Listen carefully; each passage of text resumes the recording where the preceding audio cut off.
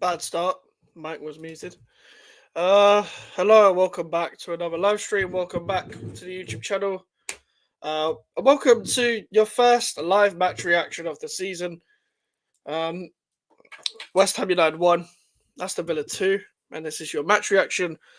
Make sure to like the video and make sure to subscribe if you're new. We're 4 subscribers away from 500 at this current moment in time.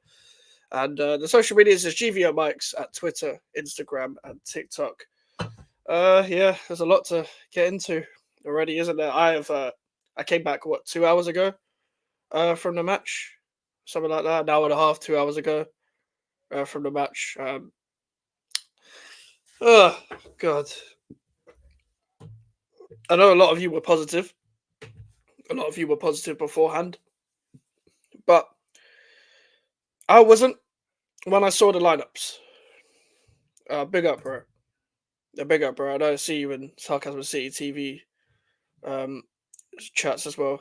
Thank you, Benson, for that. Thank you for not taking Duran after begging us to take Duran. Maybe you should keep him. I don't know. But big up to yourself, bro. And yeah, thanks, Jonathan. Big up to 300 as well. Big up, Mike. My apologies, but I have to do it for the banter. We're gonna get onto them two pricks in a minute. Yeah, I've already sworn in it. We're 3 minutes in. But yeah, when I saw the lineups, it's where my positivity drained. It's where my positivity disappeared. Um, it's when it fully ran away from my soul. When I saw that lineup, and listen, we went through the possible lineups yesterday when it came to what I think would happen and what I would like to happen. But even I got wrong. The right back, I think no, I got wrong the right centre back because Tadibo didn't start. But I forgot that Tadibo didn't have any pre-season. I forgot about that.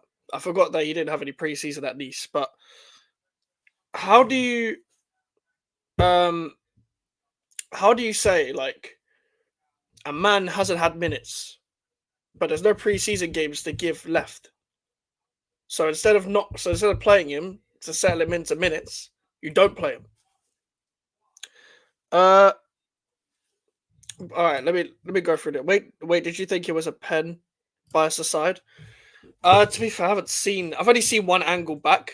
It looked like a bit of a collision. I'll be honest. When I was because I was in the corner of that goal. That's where I sit.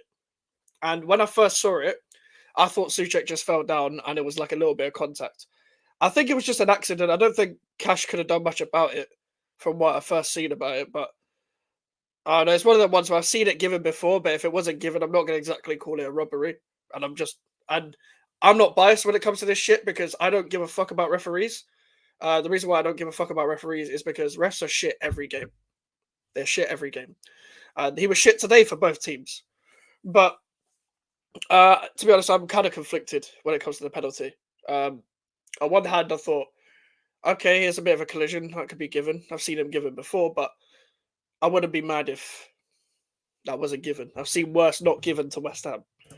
Yeah, because Cash got studs on the ball first. It is what it is. We should have won 4-1. Yeah, do you know what? I didn't see the angle where you got studs on the ball. Because if you did get the ball first, then in my rule book, it shouldn't be given. Because I believe if you get the ball first, then you're fine. But in this era of football, for some reason, if you get the ball, it doesn't matter. And to be fair, Aston Villa deserved to win the game. Let's get that out of the way. Like, Aston Villa deserved to win. But I'm just like, and a lot of opposition fans, when they find my videos, like new fans, when they find my videos, they get really frustrated that I don't give their team any credit. And it's mainly because I'm speaking from a perspective of a West Ham United perspective, where I'm more frustrated at what we done more than I am looking at what the other team had done to deservingly beat us. Because I don't give a fuck about that. Because I'm not an Aston Villa fan. I'm not a Crystal Palace fan. I'm a West Ham United fan. That's just me though. That's just me. You see, when I'm looking at this game in general, uh, I was expecting not much from today because when I saw the lineup, let's go back to the lineup. Um, like Suchek again. I knew he was going to start because he played 90 minutes in the Betway Cup. But I mean that title. I mean that title that you see. Well, I'm pointing above because it's above me, but the one you can see below your screen if you're watching it in a certain view. They need to leave. I've been saying, and it's not nothing new that I haven't said already, but I don't care anymore. Leave. Leave my club. I'm fucking sick of it. I don't know. I don't want to go through this another season. We're started in 2024 and we're still seeing that guy start in midfield. We're still seeing number 28 start in midfield. Yeah, there's certain stuff I don't need to see on Twitter, but I just get off Twitter. But I don't need to see these same people start all the time. And I get it. Wan-Bissaka barely had any training sessions. So if he doesn't start next week, there is no excuses. I won't even be able to watch the game next week because I'm out. I'm out for the whole weekend on Friday and Monday. I'll be back Monday night or Monday afternoon. But you see, just in general, that took away the whole balance of the midfield. And people were worried about Paquetá, Alvarez and Kudus, or Paquetá, Rodriguez and Kudus all in the same midfield. Well, we put this tall guy with full of physicality there, and it's not like it made a bloody difference. This guy struggles off the ball with any sort of ability, and this guy on the ball offers nothing. Underappreciated on the ball, my ass. Underappreciated. Should I slander you more then? Underappreciated. Underappreciated on the ball. That was the fucking quote he said a month ago. A month ago. I'm not even that mad at the manager because it's the first game of the season. But guess what? I'm still going to criticize you when it's due. Don't play these players. This is what you need to learn from the old regime. The old regime played these players and kept dragging them on. Played them every game. And they were never ever dropped. He played 90 minutes again today. You see, when I saw that miss live in the flesh, I didn't know what happened. I thought Fulkrook originally headed it and Martinez saved it, and then Souček skied it over the bar.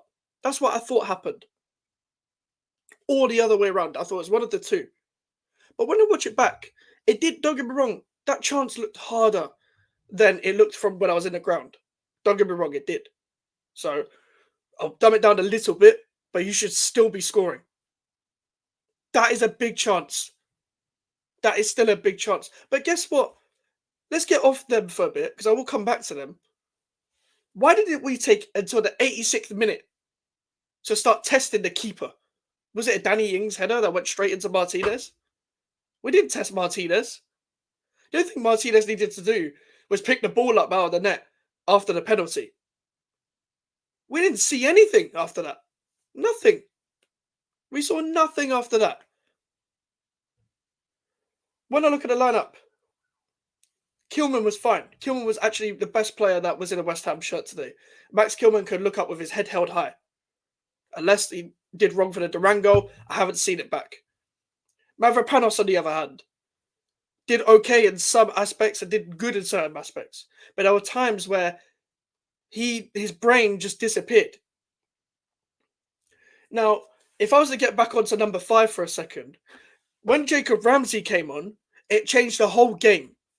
And the reason why it changed the whole game was because I can't remember who was playing left centre mid. I think it was, or the left number 10, whoever Villa plays there. I don't remember who played there originally. But they were doing well. I think it might have been McGinn. I'm not too sure. They were playing well, but it wasn't like mad effective or whatever. But when Jacob Ramsey came on, he drew the defender in. He drew Soufal in. Number 5. He drew number 5 in. When number 5 went touch tight to him and followed him into the pocket, it allowed Jared Bowen to then mark Digne. Now, I understand you trying to be pragmatic. I understand it. But that was so pragmatic. I ended up conceding again to Aston Villa by them pulling the ball back to the edge just for Duran to fucking finish it. We pretty much conceded the exact same goal as we did last season against Aston Villa when Zaniolo scored against us. It's pretty much the exact same goal. There you are. I can't do it in his voice, but yeah. It was pretty much the exact same goal. You allowed Bowen just to mark Maatsen and Digne for hugging the touchline, and then we were so far pinned back. Do you know where I will I am concerned about this tactically. I need to get this off my chest. And this was when we reacted to the James Lawrence Alcott video. I didn't have too much of a problem with it because I thought, fuck it, let's just see what happens. But if this happens game in, game out, I'm going to be so fucking pissed off. Fuck you, Jonathan. Fuck you, Jonathan. Such a prick. But if you're going to play a high line, you have to press properly. I get it. We only press in the midfield, but you can't do that against Aston Villa because they draw you in and then they play out from the press. And the press was so half-hearted that you got to close them down because if you play that high line, they are so good at sending the ball long in behind for Ollie Watkins and Morgan Rogers to get on that, allowing them just to run through. But that's because you don't press them. You don't put them any under pressure so they not make that pass. That's what I'm frustrated with. You can't just sit in a high line and expect all the defenders to do all the work. And yes, it will be an improvement when Tadibo and Wan-Bissaka come in. So then not press. And people think, there's going to be two halves of the West Ham fan base looking at this. There's going to be half and be like, have patience and all that. Trust me, I have patience. I'm just being critical. And there's going to be other people that are going to be like, keep the same energy as you did with Moyes. Moyes was here 4 years. Shut the fuck up. Second of all, I am keeping the same energy. Because guess what? When West Ham play bad, anyone can get it. There's no agendas on this channel. John Durrani stayed because you're shit. Fair enough. Fair enough. Well deserved, Aston Villa. That's a good shot. Now, big up to yourself, bro. Big up to yourself. But listen, within the game, yeah. Let's get on to some of the players as well. Let's get on to some of the players. And we'll come back to the Czech boys. Areola, cool. Nothing against him today. I don't think he could have. Apart from when he came out for that Leon Bailey one, we could have been 2-0 down. He could have done better with that coming out of his goal. I haven't seen any of these back. I'm just going over raw match reaction from me watching it from a high point of view in the game. The back four. Now, Emerson was always going to get got at by Leon Bailey. Hello, David. Hope you're doing well, bro. No, Emerson was always going to get got at by Leon Bailey. However, I don't think he did too much wrong, apart from a time where Kudus and Emerson doubled up on Leon Bailey, and Leon Bailey went right in between them casually, pause, and got some space. That's my only criticism. Areola, first goal mistake, he should have come out. Do you know what? He should have. I do agree with that. I even said that in the ground. And that's Antonio's man. That is also Mikel Antonio's man, and we'll get onto Mikel Antonio in a sec.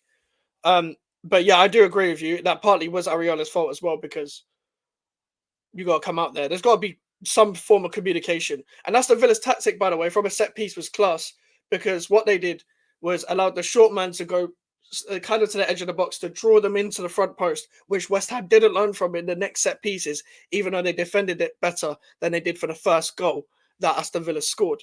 And Aston Villa have a great set piece coach that you can tell worked on that.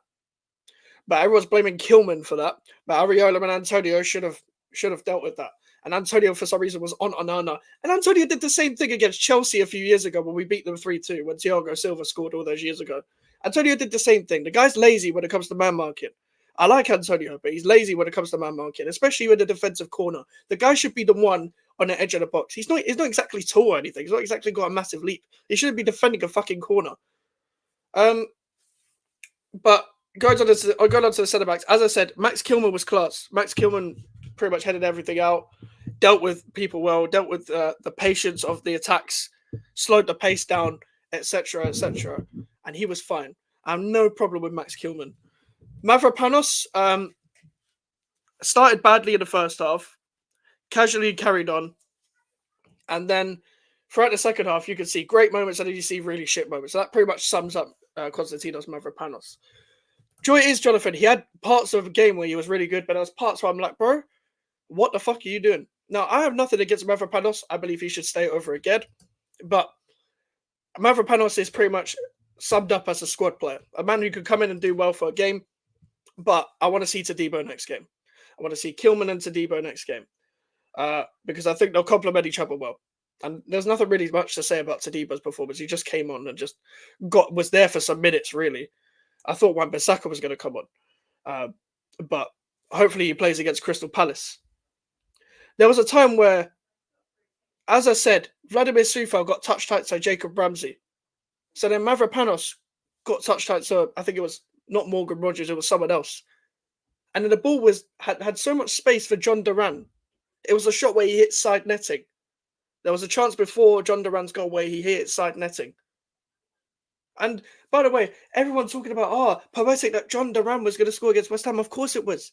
We literally predicted it yesterday. I literally said John Duran's going to score in yesterday's stream. Of course. Of course. But he left space for him. And it was like, how has he got that much space? Because Mavropanos ran off. This guy thought we were high pressing. Bro, we was on the halfway line. We was on the fucking halfway line. And by the way, if you want to play this football, you want to play with this high line, you're going to have someone way faster than fucking Sufal. Sufal, of all players. Again, the cross came from where? The right-hand side. Do you expect the fucking winger to be the one pretty much playing as a right-back in this certain situation to constantly stop that? Yes, your winger should track back and help stop that. But guess what? Guess what the fullback's job is to do? Defend. Defend properly. You went man to man. You followed Jacob Ramsey into the pocket. What fullback does that? What fullback follows a fucking attacker into the pocket? Because guess what you leave? Space. Your centre-back's exposed. And then your winger has to come through all the way to track back to even help your centre-back in the first place. That's when you've got to have strong midfielders. Yeah, honestly.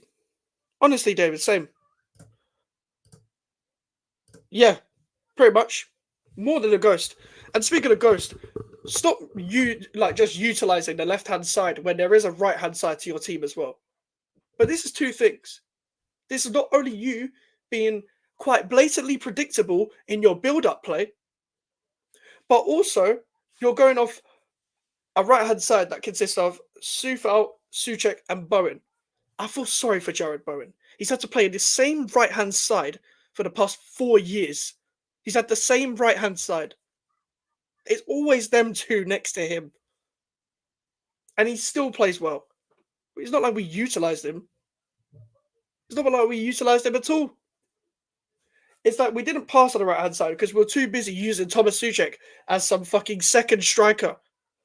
As some extra target man. This isn't the 1990s anymore. Who plays like this? Yeah, we didn't pass to the right-hand side. That's what's mad.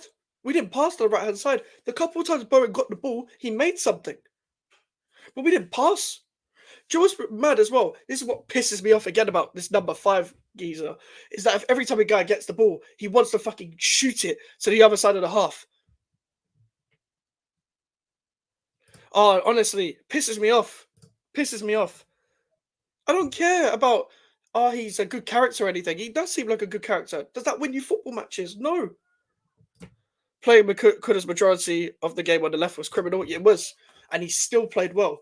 And he was playing left wing. I still didn't like it.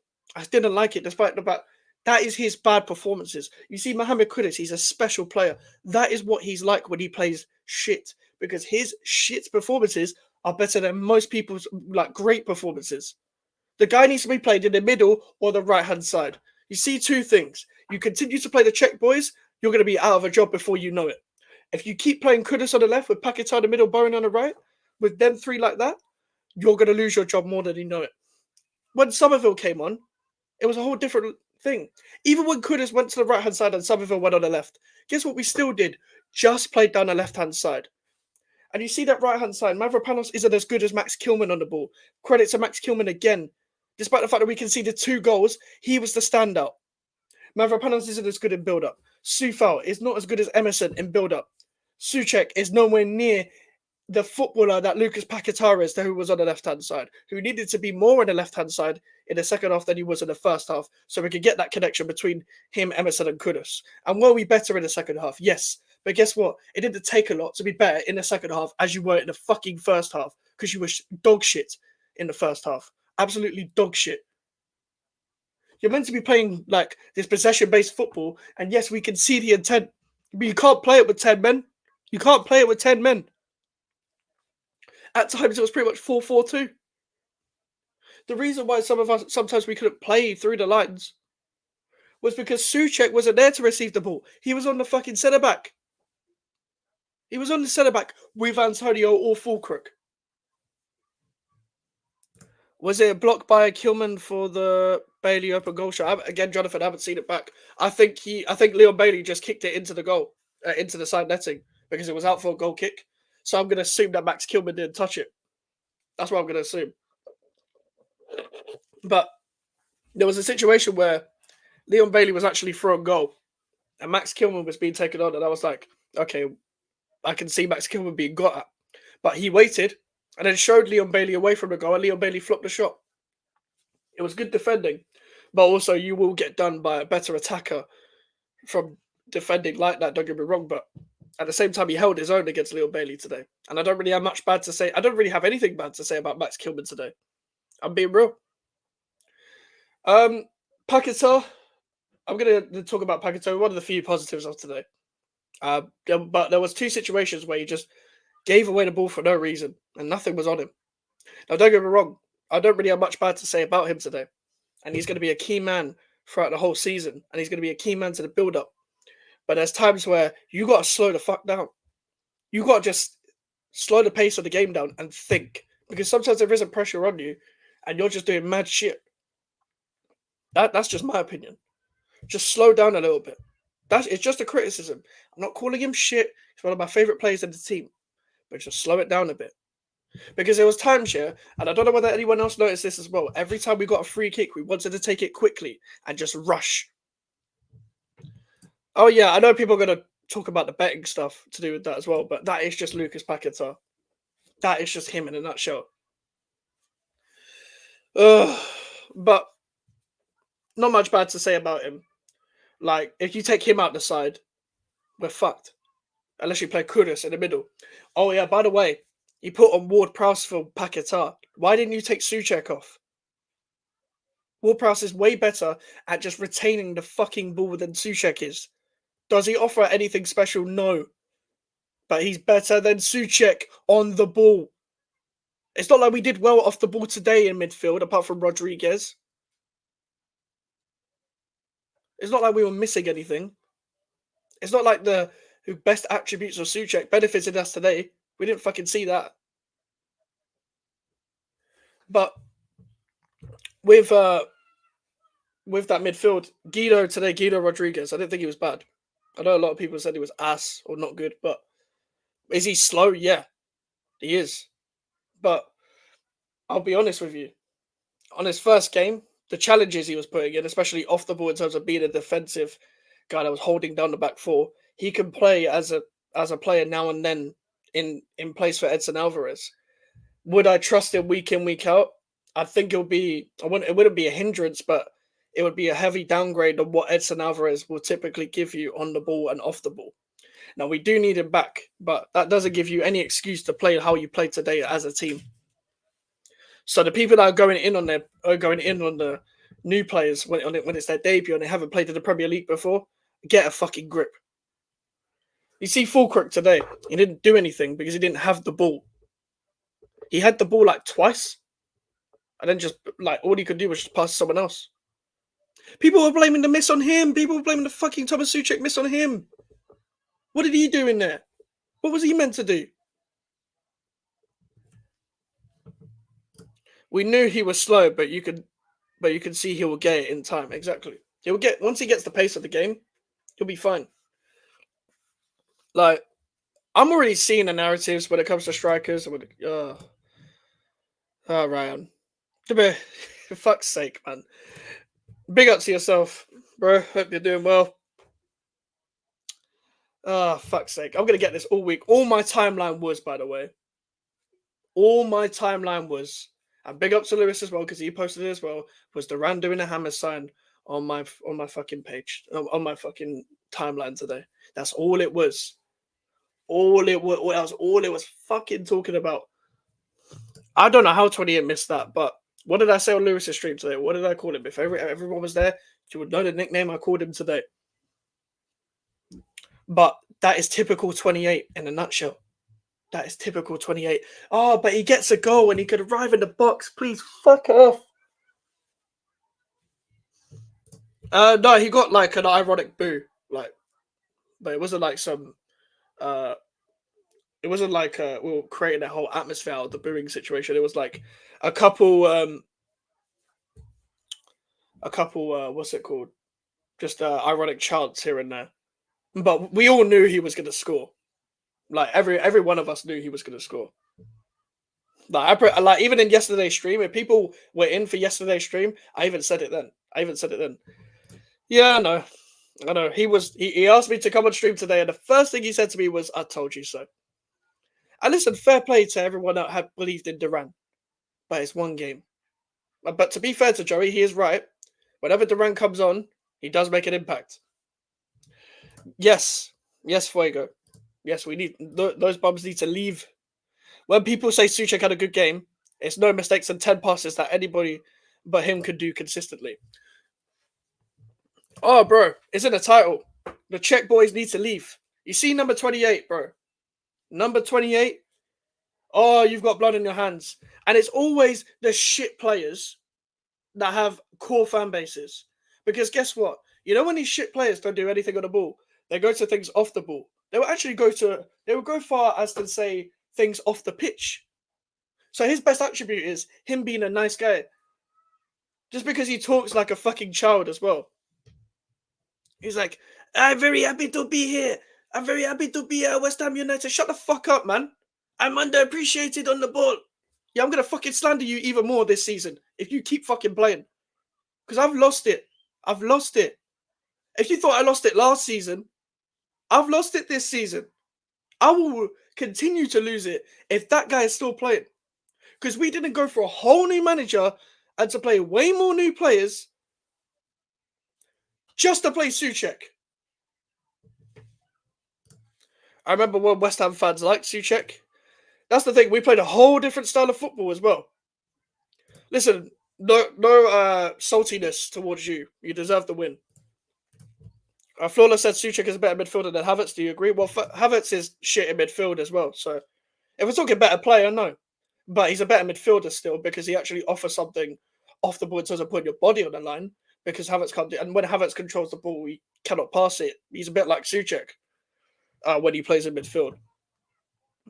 I knew Duran would score. Yeah, like all of us see this. Like, yeah, the potato salad isn't working. Oh, but I eat potato salad. I eat potato salad. Every time I eat in the cafeteria, I eat potato salad. Bro, this is why people like him. It's the same reason why people like Fornals because he was charting West Ham and Messi everywhere we go. And then people gave him a pass every time he fucking misplaced the ball. Even though if it was between Fornals and Suchek, I would happily say goodbye to Suchek to get fucking Fornals back. But guess what? I wouldn't want either of them at the club. Fulkirk, Edson, Aaron Wan-Bissaka, Tadibo. Can't wait to see full strength. Yeah. So I can't wait either. I thought Onana was the hardest player for you to break down today. His height and strength was a problem a lot. He kept your midfield quiet. Listen, as well, like I've given Amadou Onana a lot of slander before. I know you got him in your Avi as well, but listen, he was terrific today and he deserved man of the match. So fair play to John Duran. And fair play, Joe. Who else I thought was good today was Yuri Tielemans. I thought Yuri Tielemans was class. Wasn't Fornals good? Fornals was okay. He was just okay, but our fan base overhyped him as to someone he wasn't. They overhyped him into what they used to call him was the connector between the midfield and attack. What you mean a number 10? Why do they try and over fantasize it? They try and make it more fancy than it actually is. Oh, he's the connector. Yeah, that's what a fucking number 10 is. They're meant to be creative. But it was like Fornals, what Fornals would do. And it was probably the system that didn't help as well. Don't get me wrong. I will say that. Was he would misplace the ball 5 yards, but he could have the odd through ball here and there and it would get overhyped. Yeah, it was good to get him back from injury. And Maatsen also changed the game. Yeah, as soon as Maatsen came on, I was scared. I'll be real. I was scared. I was fucking scared. I was so scared. Because I thought Digne played okay. But Ian Maatsen came in and changed the whole game. Because you guys were hugging the touchline already with the left back. And he's just too good at that. Like, that is a fantastic signing. And I wanted him last year. And people were like, but he can't defend. I don't know about all that, bro. But big up to yourself, Hado. I'm gonna keep quiet until I see more. But fair enough. I know you don't rate him. Um, Big up to Scott. Suchek is clueless. Clears the ball when no one around him, which cost us a goal. Oh yeah, I forgot about the corner. Was it just me, or did he just miscontrol that or mispass that? Because that is typical Czech Republic Gallagher in a nutshell. But then he misses the sitter. Him and James were pressing the midfield. Should never happen. Of course it shouldn't. Oh yeah, Joe. I'll get onto him. Don't get me wrong. Like I love Antonio, but everyone gets it on this channel. So don't get me wrong. I'm gonna get onto that in a minute. I just have that much to talk about when it comes to the Czech boys that I've just been speaking about them for the whole time. Big up to John as well. Greetings, Max. Feeling terrible after that. Thought we played well besides the shit that led to the goals. Do you know what I thought, John? Like I thought that we needed to test their goalkeeper a lot more. I got that there was parts of the build-up play that I liked, and there was parts of the build-up play that I really didn't like. I just think if we play the plays in the right positions, we might have something, and we need to be slightly more braver through the middle of the pitch. However, overall, I don't think we tested the goalkeeper enough. But we've got a lot to talk about. But big up to yourself, John. People were saying Suchek earned a pen, but only scored because of his mistake. Yeah, so that's the thing. Like the people that are defending number 28 are saying, "Oh, but you won us a pen." Yeah, you also cost us a goal. So it evens out, you nonce. If Lopetegui repeats this lineup, questions will need to be asked. Oh, indeed. And when we say questions need to be asked, I'm not going to say Lopetegui out because I'm not going to clout chase. But here's my thing: if he repeats the same lineup, he's the exact same as the last manager, where he's stubborn in his ways and hasn't learned in his ways in terms of the actual lineup in itself. Yeah, he did mispass it. So I was right. Bro, my anxiety levels in the last 10 minutes, my heart was leaving my body at times. Do you know what? I was just, ever since the feeling from the lineup to the game at the end, I was just deflated. I was pissed off when the lineup came out. That's what I was pissed off at. As soon as I saw the lineup, my positivity, even I didn't really have much in the first place, but it all drained out. He put it out for no reason at all. I nearly lost my shit, bro. Honestly. Like, it was just typical as well. Like, I was thinking to myself, don't concede from a corner. All places don't concede from a corner. But then Antonio and Areola need to deal with that better as well. Like, Central is back with his vague tweets, so people get agitated for engagement. Yeah, I'm not even gonna entertain that fat fuck. As soon as Duran came on, I knew he was scoring. Yeah, bro. How could all of us West Ham fans predict this shit, man? Big up to yourself, Carl. Hope you're doing well, bro. Am I crazy? Also, or did he play Pakistani 8 and Suchek in the 10? You're not crazy. That happened. Essentially, do you know what? In the first half, it was basically two number 10s. Because Suchek, because Paquetá had pretty much could roam anywhere he wanted. And Suchek was a second striker, like they play in the 90s and the 2000s and early 2010s, where you're playing two up front, but one of them is a number 10 as a second striker, or the box crusher, as everyone says, or just some of that late. Like everyone likes to find like one of them short phrases to sum up how a player plays. It's not that hard to fucking figure out or describe in general, is it? Yeah, you did say 2-1 to Aston Villa. Do you know what? It's because of you we lost. I'm only joking. I don't remember who it was, but was it Fulcrook who made the header in extra time that Emi Martinez saves well? That I thought was a goal. If it's the one he caught, I think it was Danny Ings. But I think Fulcrook was next to it. If you're talking about the miss where the header was off the line and it went over the bar, that was Suchek. But I don't think Fulcrook even had got a chance to even shoot today. Rather Dino CDM or Kilman CDM until Edson is fit than Suchek. I would rather just play Ward Prowse. I know people don't like Ward Prowse, but it would be way better than Suchek. The only thing you do with that is you play Ward Prowse deeper than the way Suchek was positionally placed today, because you don't place Ward Prowse right on their centre back. Guys, we play Suchek and Antonio on their centre backs to then win the ball in the air. We pass it around on the floor for a bit, and all of a sudden, bang, up in the air, Paquetá ball to Suchek. So he has no excuse to play Paquetá the 8 and could have said a 10 in the future. I mean, this is what we need to do. We won't do it though, because this manager probably has too much pragmatism to him. I'm going to say this from the jump. I like pragmatism. to a certain extent, and he will keep his principles doing that, and that's what I do rate about this manager. But I have a feeling that it's going to come back to bite. Pardon me, it's going to come back to bite him in the future. Yeah, it was Ings. Yeah, so it was Ings. Kudus was great today. Yeah, do you know what? I'm going to talk about Mohamed Kudus now that you said that. Do you know what? I don't like him off the left, but as I said earlier, his bad performances are people's great performances. Like that's like a 6 out of 10, 7 out of 10 Mohamed Kudus for his standard. For his specific standard, that's a 6 out of 10, 7 out of 10 Kudus performance. But it's because he's playing off the left. I actually thought his crossing could have been better today.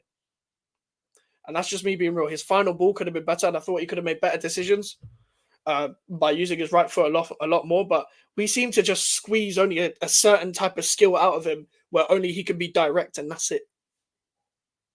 When you get him in the middle and when you get him like on the right hand side, he can take on 4 players at once. He can get into spaces that no one could really pick him up at.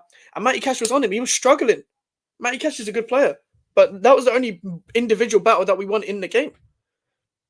On a positive note, Mavropanos played well, and so did Kilman. Emerson played well, and Sufo got roasted. Yeah, Joe, as much as I've gone in on Mavropanos as well this live stream, Sufo was the only one that really pissed me off. Yeah, you're right. It was Ings. I thought that was a goal. Yeah, do you know what? I do think he could have done better with that.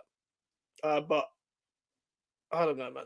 I don't know. I think I need to see a lot of this back. It's just from my angle, it's very hard to tell. Bowen had to defend and cover Sufal so many times, he might as well play right back, especially in the last 20 minutes as well.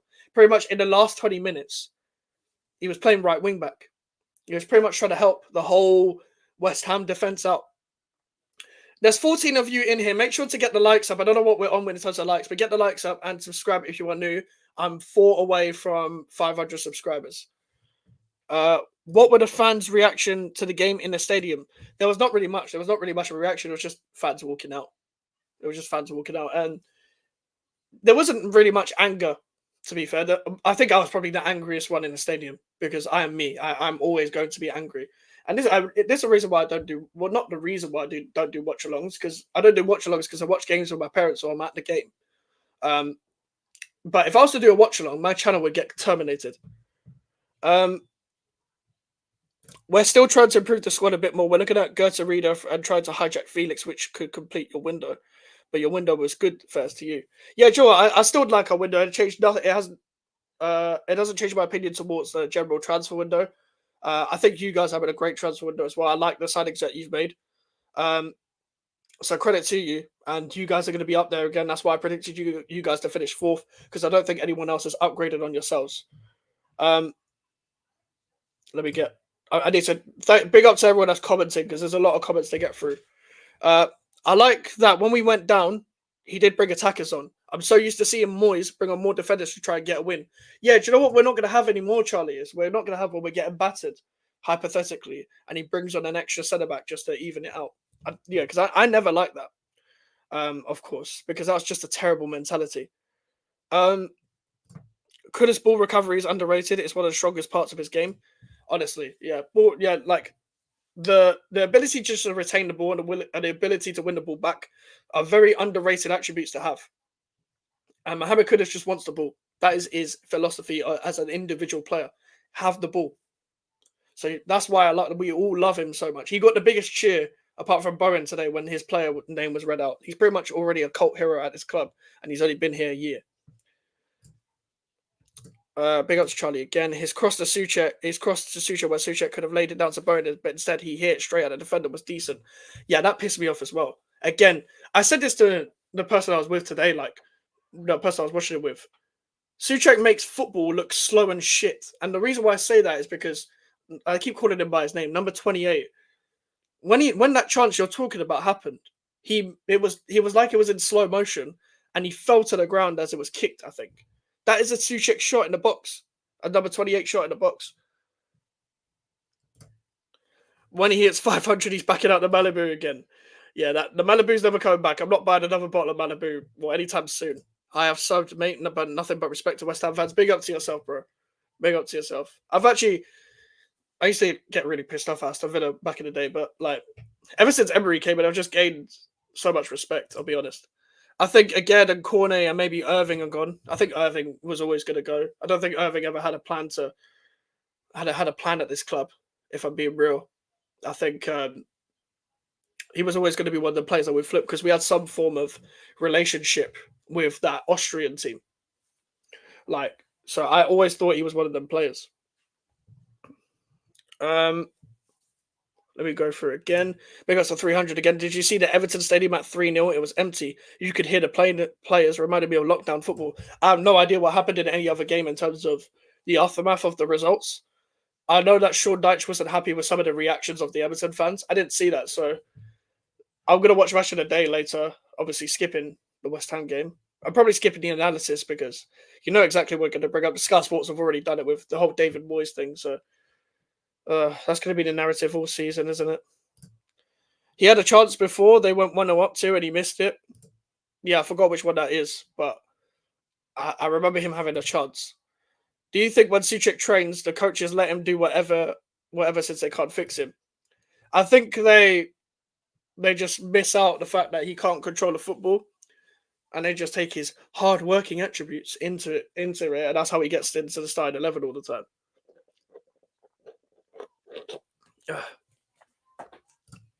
Need to make changes if we want to go and win against Crystal Palace. Time for Aaron Wan-Bissaka at right back. Yeah, that is one of the many changes we need to make. For next game, I think it's quite simple. If you're going to play Kudus on the left, play Ward-Prowse instead of Souček. If not, then play Somerville instead and then move everyone around to their right positions. Todibo needs to come in. Wan-Bissaka needs to come in. Who else needs to come in? Fulkirk needs to come in as well. Where's Kudus' song? Big up to Johnny, by the way. I'm sure he will stay if we can sort him one.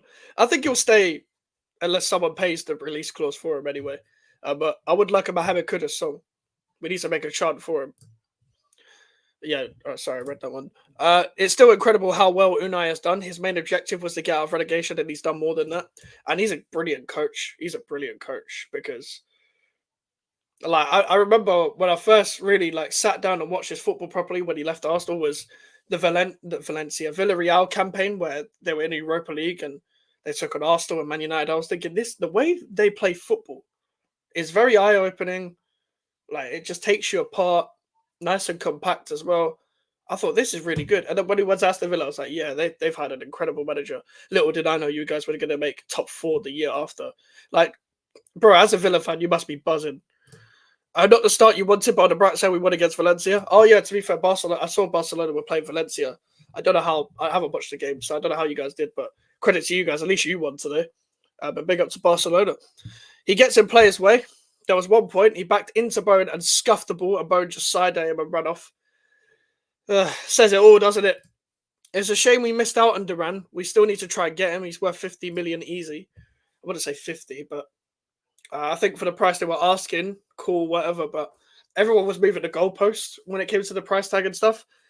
We haven't really got the P's anymore to do that, but I don't. At this point, I don't really care. I've got my striker. I have trust in. I have trust and faith in Fulkirk. I know everyone else wanted Duran as well, and I wanted a younger striker as well. But Fulkirk needs to play, and everyone needs to give him a chance. But Duran, on top of that, obviously that would make it a 10 out of 10 window, and you can tell that that transfer's gone out the window. I think they're going to keep him. Watch them keep him now. Watch Aston Villa fans be all happy with him and stuff. I've got everything bookmarked. But I don't know whether the Villa fan, obviously you're in the comments as well. What's your opinion on John Duran? When does the window close? The window closed on 1st of September, I think. I think it's on the 1st of September. Let's get on to some of the players that we haven't talked about already. Let's go on to Mikel Antonio. I know, Charlie, you've been waiting. Mikel Antonio. Okay, so I didn't have any problem with him starting. And if people know me already, and some of you may be new, Antonio is my favourite all-time West Ham player that I've watched in terms of in my era, in my lifetime. Because of what he's done for the club and the fact that he's brought us out in many situations where it was him dragging us out of situations. That's why he's my favourite. And he's our top goal scorer of all time in the Premier League era. But anyone could get it on this channel. Anyone. There isn't a single agenda to be had. A single one. You play for my club, you will get criticised no matter what. If you play like shit, you will get criticised. So let's get on to Mikel Antonio. He played well in the Betway Cup game, and I thought he was going to take that into the Premier League, but he didn't. And when the ball was getting into him, he didn't hold the ball at all, and he was trying things that were so far out of his range that it was impossible sometimes.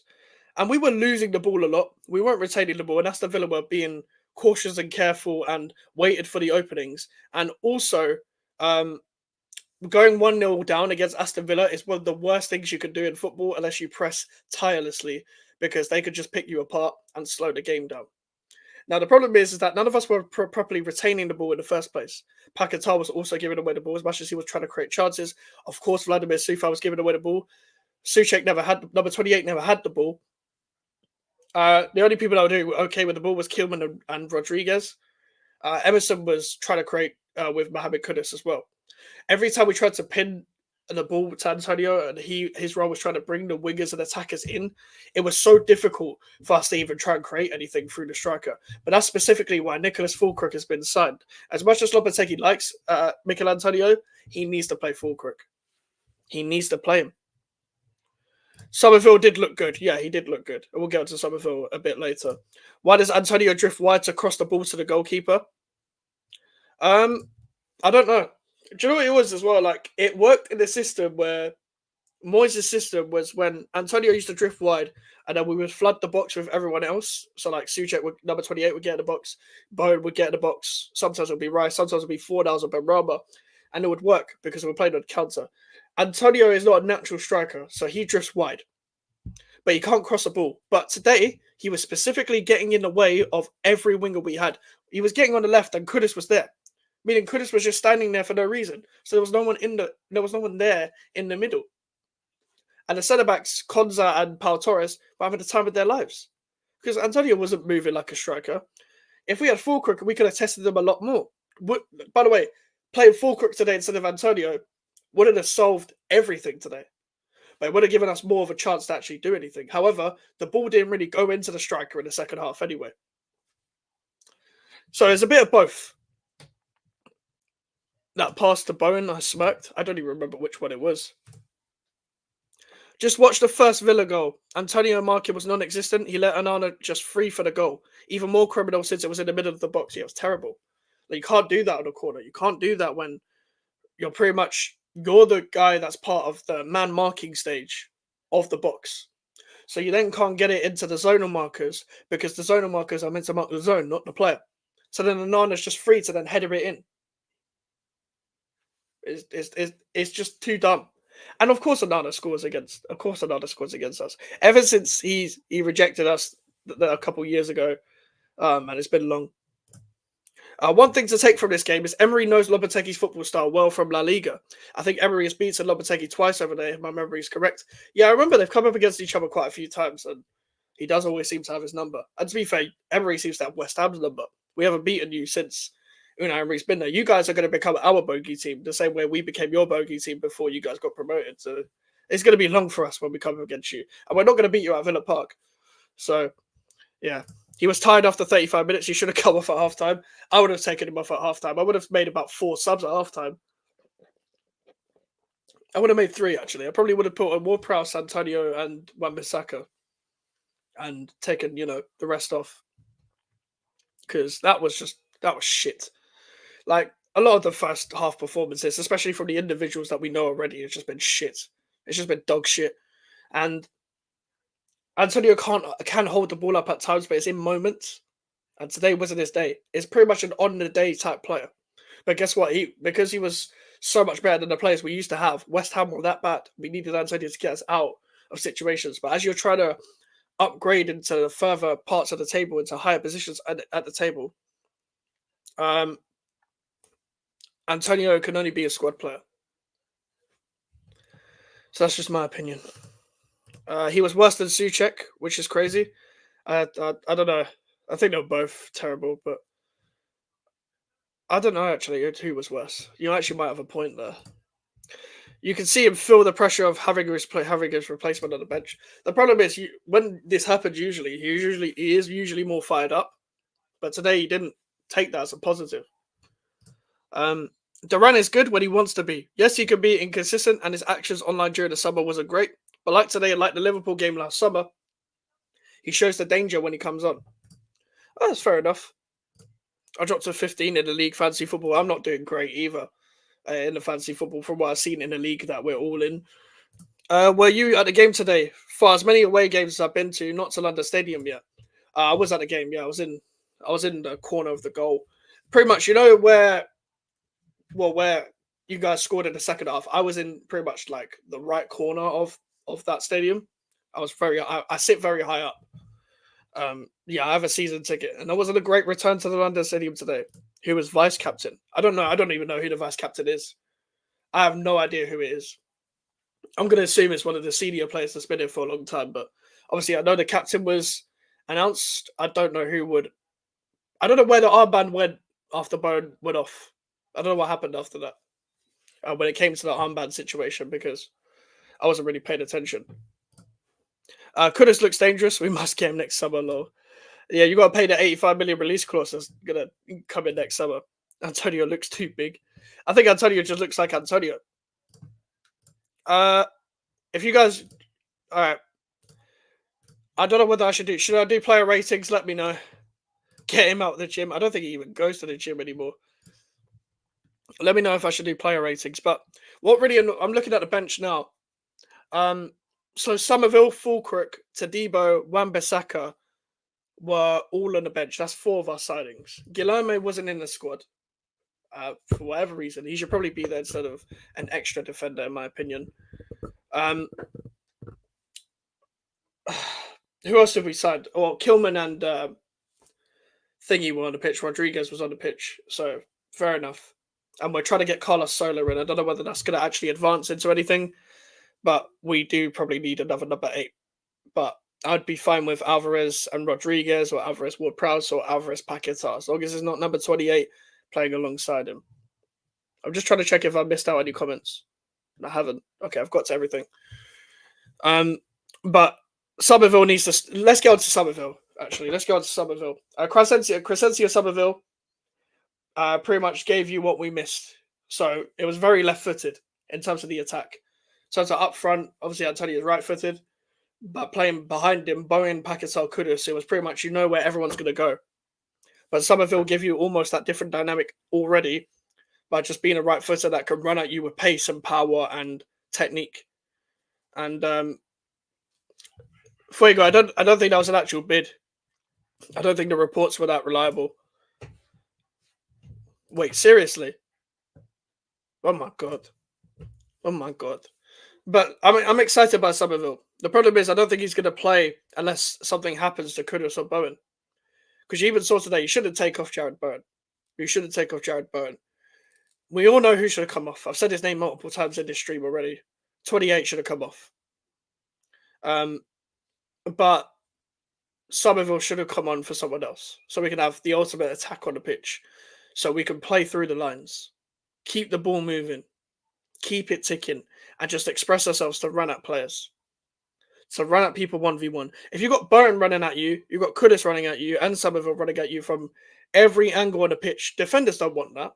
And by the way, we're going to come up against a 5-2-2-1, 3-4-2-1 formation next week. Oliver Glasner's very own Crystal Palace, who are organised at the back, but also play through the lines as well, and can really open you up. We're going to have to be 100 times better. We're going to have to break them down, and we can't let them play through us. If we press the way we press today, we're going to have the ball play through our midfield so easily. If 28 starts next week and 5 starts next week at the same time, then I know who to blame. But also, if it's just Wan-Bissaka and 28 starts, cool, whatever. But you need to learn from today. 28 cannot start. I don't know whether he's waiting for Carlos Soler to come in, but 28 cannot start the game. He cannot start next week. And if he does, then my excitement, remove everything positive that I've ever said about this season if 28 starts next week. Remove everything. because then I know what manager I'm dealing with 2 games in. And people are going to be like, but it's 2 games in. He's stubborn if he starts 28 next week. If he starts him again after this fucking performance, giving him another 90 minutes of absolute shit, then I know who I'm going to blame. You see, if we're in control of a game, we're 1 goal up. Yes, 20. That's how he will be referred to as for the time being. And yeah, Sufa always kills Bowen's game, bro. Because Bowen always wants to run in behind and he knows Sufa's going to attempt a long ball all the time. I don't like their relationship. If Wan-Bissaka plays, at least Bowen's going to come short. Yeah, he's number 28. Because I've been trying to just call him by his number. I don't want to call him by his name. But because I brought him up so many times, it's kind of hard to. But let's say we're in control of the game. We're 1 goal up, for example. We're 1 goal up. We're 1-0 up against Crystal Palace. And we're playing either Ward-Prowse or Paquetá next to Rodriguez. And 28 comes on. All of a sudden, we've lost control of the game. Bro, he's useless, bro. He's useless. Like, the guy's dog shit. You saw it today. And that's how he usually plays. But he's not effective. To be honest, I've never wanted him to start. I've wanted him to leave the club. For the past 2 years, I'd say. Past 2 years, I've wanted him to leave. Oh, best believe, by the way. Best believe, where are they? Where are they? Where are they? If he leaves, or the day he leaves, these are coming out again. These are coming out again. It's going to be more than a party. It's just going to have no alcohol in it, because I'm not going to drink it for another video for a while. But these glasses are coming out. I'm putting on these fucking cheap Primark shades again to celebrate his fucking departure. We will be there. It will be the biggest party you will ever see on YouTube. I'll even play copyrighted music.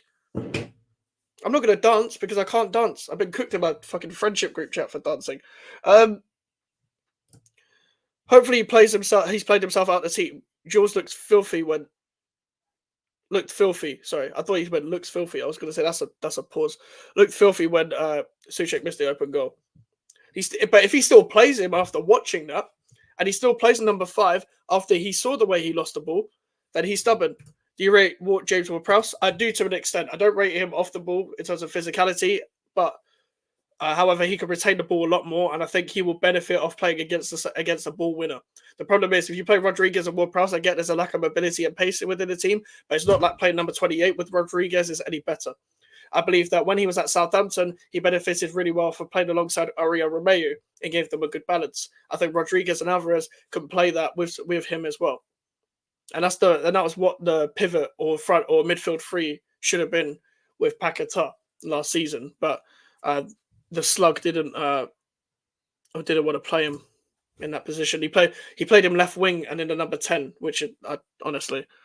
Lopetegui needs time, but he's a dodgy manager. West Ham isn't Sevilla, but I think he'll do well. What's your thoughts on him so far, I think you mean?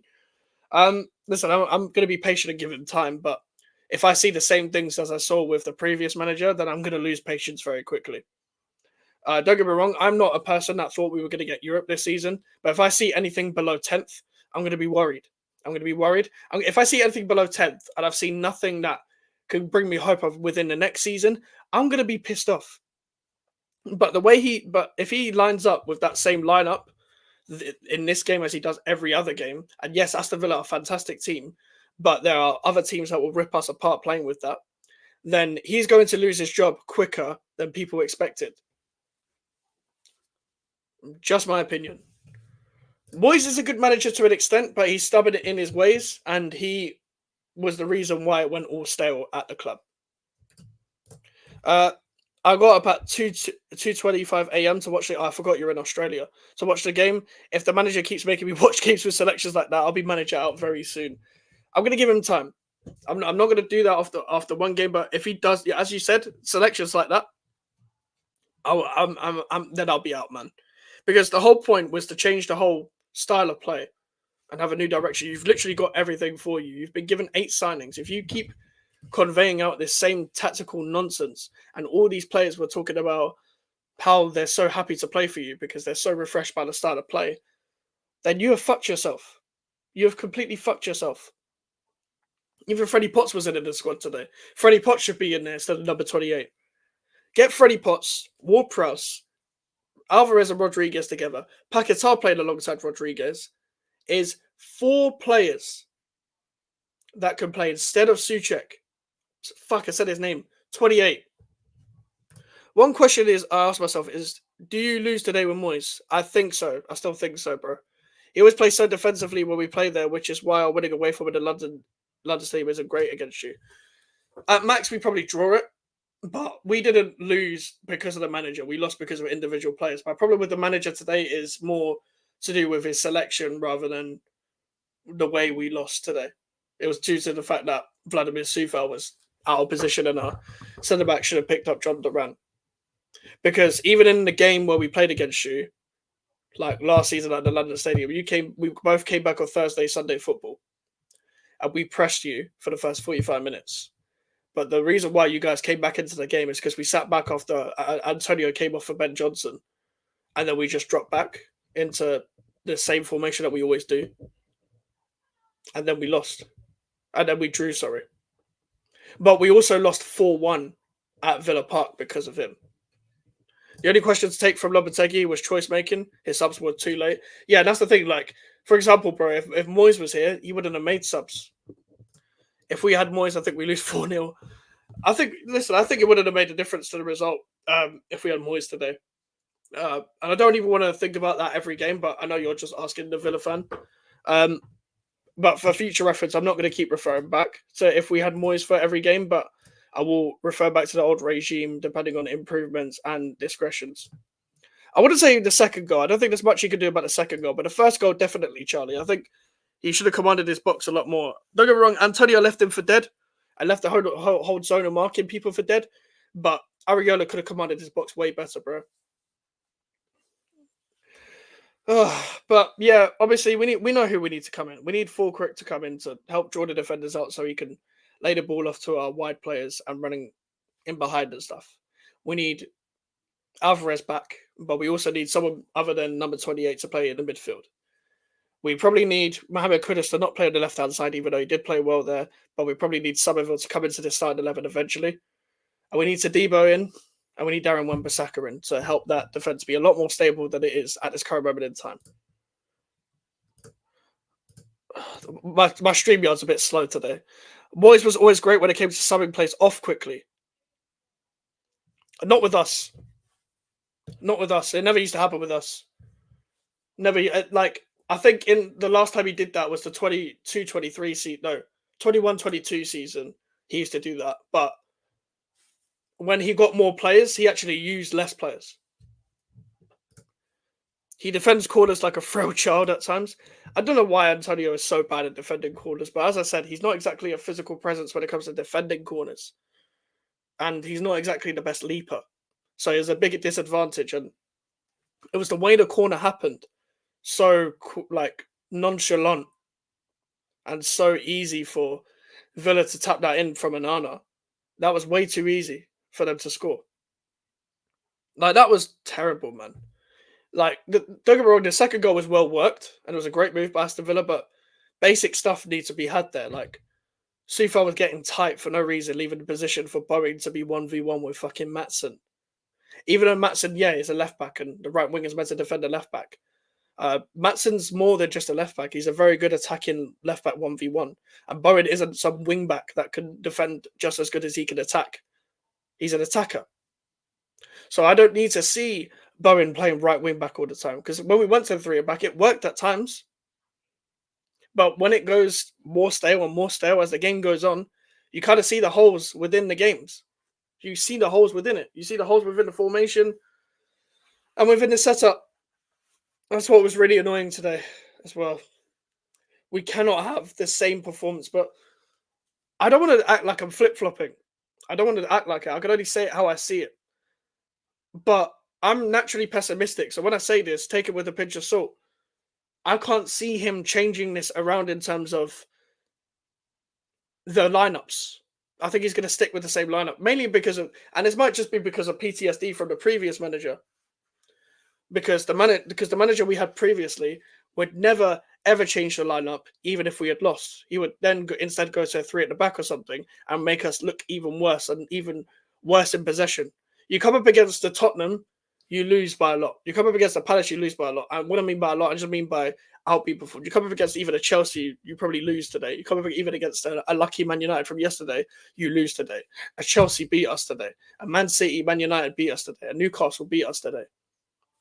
Arsenal definitely beat us today. I'd like to see him address how narrow we play. They had free roam of the wings. Yeah. Do you know what? There's all good being compact, but you got to have the midfielders or attackers help you out with the back four within that situation. And I feel like we were slightly disorganized, especially down the left-hand side of, well, their left-hand side and our right-hand side. That was the main target of space where we were getting targeted left, right, and center. And that was the main 1v1 situation that everyone was watching because Digne was getting all the space in the world and they were drawing our right back in and they were 3v1ing us at times. The thing is, it's not like number 28 can clear the ball or number 5 can clear the ball really well because we end up just giving the ball back to the opposition. That's what happens because they like to throw their body at everything, and that's all well and good in terms of the spirit of the game. But you see it in terms of the actual know-how of the game. When you throw yourself at everything, you're constantly changing the direction of the ball, which doesn't allow calmness to come into play. What it just allows is more erraticness and more panic. So at times, that could be more of a fault than it is a good thing. Is Antonio considered a legend at West Ham? He's the first player that comes to mind when I think of the club. I'd say so because the match-going fans love him, and because he's a top goal scorer in terms of the Premier League of our club, and he scored like 60-odd goals. I don't know, as much as he's not good enough for now, overall he has to be considered a legend because the guy's done everything he can at this club. When what people talk about Cresswell is what Antonio actually is. Like, the match-going fans love him. Like, the Antonio chant rings all around the stadium as always. But he's just not good enough for now. In terms of legend status, he's definitely a legend in my opinion. Like, it's just he's not good enough to play now. And Fulkirk has to start next game. But that doesn't put down Antonio in general. It just... players have their downsides and players will have to fall off eventually. And that is what it's like with Antonio. He's my personal favourite. Don't get me wrong. Nah, he's got to be a legend, bro, because he's our top goal scorer and he's done so well over the years. It's just now he cannot play. Like, in terms of like starting week in, week out. Because I don't know what more Antonio could do to not be considered a legend. And it's like, I don't give the legend the status out, like, ever. Like, do I consider Rice a legend? No. Do I consider Cresswell a legend? No. Do I consider Mark Noble a legend? Yes. Because it's Mark Noble, for fuck's sake. Yeah, but to be honest, mate, we can't go off the past 2 seasons in terms of his whole legend stats. If we talk about someone being a legend, you look at the whole status of him at a club. And let's be honest, mate, 11 goals in 2 seasons. Were we an attacking side? Like, yeah, cult hero, yeah, he should be past that in my opinion because not league worst strike. There's been way worse league strikers. Hell no. TKO, I think you know the question already. Hell no. I could enjoy it. I'm a nice person, yeah. I'd understand if people would say, he's a cult hero because of this season and this season and this season. Oh, hell no, Charlie. Hell no. He's a better player, a way better player, but Antonio done way more for the club as he was here longer. But I don't mean here longer as in here longer for the sake of it, like a Cresswell. I put Rice higher than Cresswell. But with Antonio, you gotta remember, Charlie, at times when Pellegrini was shit, who would he turn to? Mikel Antonio, and he would get us out of the situation. When David Moyes needed someone, who did he turn to? Mikel Antonio, and he got us out of it. Like, these managers always turn to Mikel Antonio because he would get us out of this. If it wasn't for him, bro, we would be relegated by now. Like that 1920 season, if it wasn't for him, we'd be relegated. Hey, Mikes. Well, that wasn't the performance we expected. I didn't expect it yesterday. If you had asked me yesterday, did I expect that? No, I didn't. But if you had asked me when the lineup come out, did I expect that? Yeah, probably. Doesn't mean I didn't still get pissed off at it. But for me, if I still... Oh, fucking hell. No way is a Millwall fan here. No way are you a Millwall fan going into my chat, bruv. Oh, man, you're not even in the same league as us, bruv. But if you ask me, did I expect that, and I expect it, and it still happens, I'm still going to be angry because I want to be proven wrong. Rice captured us to winning the cup. We wouldn't have done that without Rice. We could have done it without Antonio. I hear that but in terms of without Rice, we should be winning the Conference League anyway because we had way better players than most of the teams, barring Fiorentina, in my opinion. And our team cost way more anyway. And to be honest, in that Moyes system, there's not really anyone else you could have put up front that fit the system. But that says more about Moyes' system, don't get me wrong. We could have got more out of Skamaka and we could have gave him way more of the ball. But Rice didn't single-handedly do anything to win us the cup in terms of that. I like Declan Rice, by the way. I still like Declan Rice. He did that amazing goal against Ghent, but Antonio also scored that game. It's not like Rice single-handedly won us that game. Like Paquetá was key in that. Now, if you had said Bowen like throughout that whole competition, then yeah, cool. I don't think we could have done it without Bowen, given the players that we had to come in for him and to come in for Rice. I hear that as well because Flynn Downs is a great player, but he wouldn't have been good as Rice. But I still think without any of them in the competition, we could have still won the Conference League. But here's ways we agree to disagree. Yeah, but I'd say that's more for the fault of the manager.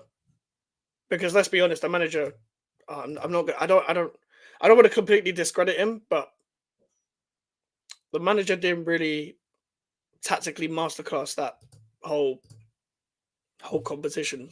We won off a Paquetá Bowen moment. Should we do player ratings? I'm gonna go into player ratings. And by the way, in the chat, put your player rating next to the player that you're talking about in the chat as well. Alphonse Areola, I'll give him a 6. I would have given him a 7 or an 8.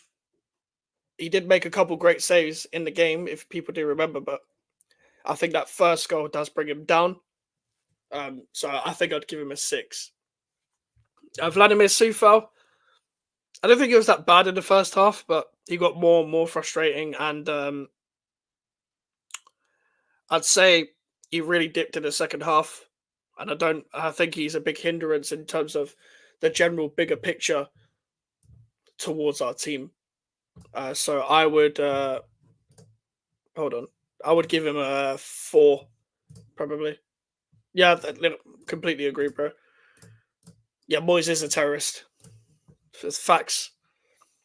Dinos Mavropanos. I think he had times where he played well. It was just a couple odd moments where he left gaps that he shouldn't have left. So I would give Mavropanos a 7 personally. Pardon me, but I think Todibo will completely upgrade the side. It's just I think Mavropanos' ceiling is being a squad player. Who's that for, Charlie? Who's the 6.5 for? Max Kilman. I think Max Kilman was the best player for West Ham United today. I think by far head and shoulders above everyone else. Very composed on the ball once again. Kept it simple. Didn't give away the ball where he didn't need to. 6.5 for Mavropanos. Fair enough, Charlie. Understandable. And also, overall, he did his job as a defender, which is to defend. So I would give Kilman a set. Yeah, I would give Kilman an 8. Sorry, I'd give Kilman an 8 because I think he was better than Mavropanos. But I understand why Wasim and Charlie, you both gave him a 7. Emerson. Emerson didn't do much wrong today, to be fair. I think it was solid. I think he combined with Pakistan very well. They know where each other are on the pitch. I think he could have been better going forward. I think we could have seen more of him as we did play down the left-hand side a lot. You're taking a piss. Sorry, wait. TK, I was thinking 9.5 for 25, not for the level performance, purely for the aura. Imagine if I was an Arsenal fan, that's what I'd be saying. They probably said 10 out of 10 for Calafiori today, and he didn't even start. I don't know if he came on, but they probably because they want to shag Calafiori, they probably said 10 out of 10 performance. But yeah, Emerson, I'll give a 7. Oh, 28. You're a fucking prick. 25 is to Debo. Rodriguez. Guido Rodriguez. I give him Fuck's sake. I don't do the whole aura thing. So I think with the whole aura thing, it's just that fans that just want to shag the player. They just say they have aura. We're having that debate in one of the group chats we're in about Arne Slot. Guido Rodriguez. I give him a 6. I think he was good off the ball, won a lot of tackles. But it's his first game. I don't think he was terrible. I don't think he was great either, but I think he won the ball a lot in the midfield. He wins that ball so much. But yeah, 5.5, 6, fair enough. I'd give him a 6. Jared Bowen. We didn't play down the right hand side that much. But every time he got the ball, he was good. But I'm only giving him a 6.5 to not any fault of his own, but he wasn't given the ball. He wasn't given the ball. So it's no fault of Jared Bowen's own. I'd give Bowen a 6.5. Was he creating when he had the ball? Yes. But did he get the ball enough? No. What, Bowen? Yeah, he does, to be fair. Bowen 5, Bowen 6. Fair enough, bro. Number 28. Now, you'd think I'd probably say like 0 or something. I'd say 2. I've already talked about what he did bad. And I've seen these kind of performance from him before. And the only reason why he's really getting a 2 is for the penalty. But I'd give number 28 2. Because he did fuck all. Souček 2, Souček 6. Fair enough. Lucas Paquetá. He created at moments. 0 just for that miss. Lucas Paquetá. Did give away the ball needlessly at like twice, I'd say, especially one in the first half and one in the second half. And one of them was from a quick free kick, which needs to slow down. But is the overall ticking the person that's going to make it tick within our team, and is probably the key person if we're going to play this system constantly. But I cannot give him any higher than a 6 today because I expect much more from him. But he did float through good ideas, especially in the first half. I think he did play okay in both halves, but I expect higher levels from him. I don't think he should have come off instead of number 28 is for Ward-Prowse. But yeah, 6 from me. And Charlie gives him a 6. Wasim gives him a 5. Mohamed Kudus. Again, people are going to be angry at me. But I'm going to give him a 6 as well. Don't get me wrong, was he good for Mohamed Kudus? Yes. But unfortunately, his position is really holding him down. And he was one of the better players on the pitch. Do you know what? Because I can't put it with Paquetá. I'll give him a 7. I'm not going to give him an 8, but I'll give him a 7. I understand why people gave him an 8, though. But, for example, if he played in the right wing or number 10 today, he would have got a 10 out of 10 probably, or a 9 out of 10. Because it's Mohamed Kudus, bro. The guy doesn't perform badly. The only time you really see him perform badly is if he's out of position. So the guy's almost like the perfect play. It's just very raw. And there was a couple shots where I'm like, why are you shooting from there? And like a couple final balls, why are you delivering it like that? But these are the standards we're holding someone like him to, because he could become world class one day. Is he world class now? No, he's not, because I hold world class to an actual certain esteem, unlike everyone else on Twitter. Mikel Antonio had Matty Cash on strings all game. Good hold up too. I agree. And the way he retains the ball is beautiful to watch. Mikel Antonio, I'm going to give a 4. I'm going to give Antonio a 4. Very average. And I'm going to even lower it down to 3. I'd say 3. It's one of the worst Antonio performances I've ever seen. And I've seen him perform under Bilic at right back before. Don't get me wrong, was it as bad as that? Remember, if you guys remember that performance against Crystal Palace a few years ago where he kicks it into the keeper in the 17-18 season? That's probably the worst Antonio performance I've seen just for that moment alone, but 1.5, 2, 3, fair enough. Carl's given this 6 for Ariona, 6 for Dinos, 8 for Kilman, 3 for Sufel, number 5, sorry. Rodriguez, number 5.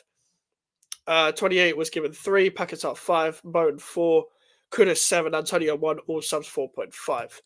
I'm not going to do the substitutions because they weren't given enough time. Let's be honest, all the 5 subs that came on, they didn't do enough. Yeah, honestly, if we're basing it off that, then I hear you. I don't think Saka's world class either, but I think Saka's a great player. And Emerson 5. Oh, okay, yeah. But yeah, I wouldn't say a lot of differing opinions. I think we're all quite on the same page as well. My man of the match is Max Kilman.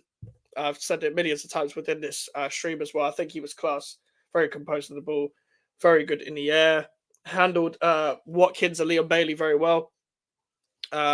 Didn't really let much go past him, defended a lot of crosses, and just did his job, like Roy Keane would say. But overall, just did his job as he should. Man of the match, Kudus. Fair enough. That's the thing, guys. I want him to play in his positions because then he could give us even more than he already has today.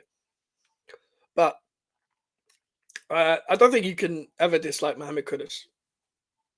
I'll be very surprised if he performs bad this season in any game. At lowest, he'll perform average. At the very lowest. But the problem is, I don't think we're getting the best out of him on the left because we're just kind of making him just go direct all the time. The guy's also a goal threat. But because if you give him that pocket of space to cut in on his right from the left hand, cut in on the left from his right hand side, then you get way more from him. You've got way more dynamism. Man of the match, Onana. Yeah, overall, man of the match was definitely Onana. He's such a baller. I can't believe he's out of club. Like, I can't believe we actually got him. And he's one of the players that's lived up to his gas. I was going to say, as I was saying this to people earlier, that is literally the first win that I said it was the first win in over 10 years, but I didn't remember which win it was. And we were shit then as well. I don't know whether that was under Avron Grant or Sam Allardyce, but 2011, that was my first time watching football. The 10-11 season was, and a bit of 2009, was my era, my first start of watching football. Big up to Harry. Thought Antonio would fight for his place. That performance was asking to get dropped. And we're going to see how ruthless the manager is in the Crystal Palace game as well. By the way, I haven't set up the stream yet, but 6:30 on Monday, the GVO show begins with me and Alfie. You saw Alfie on the Monday, on last Monday's show. We will be doing the Monday show at 6:30, the GVO show on Mondays, because the Monday Night Football is on at 8. So we're going to try and get an hour and 10-minute show.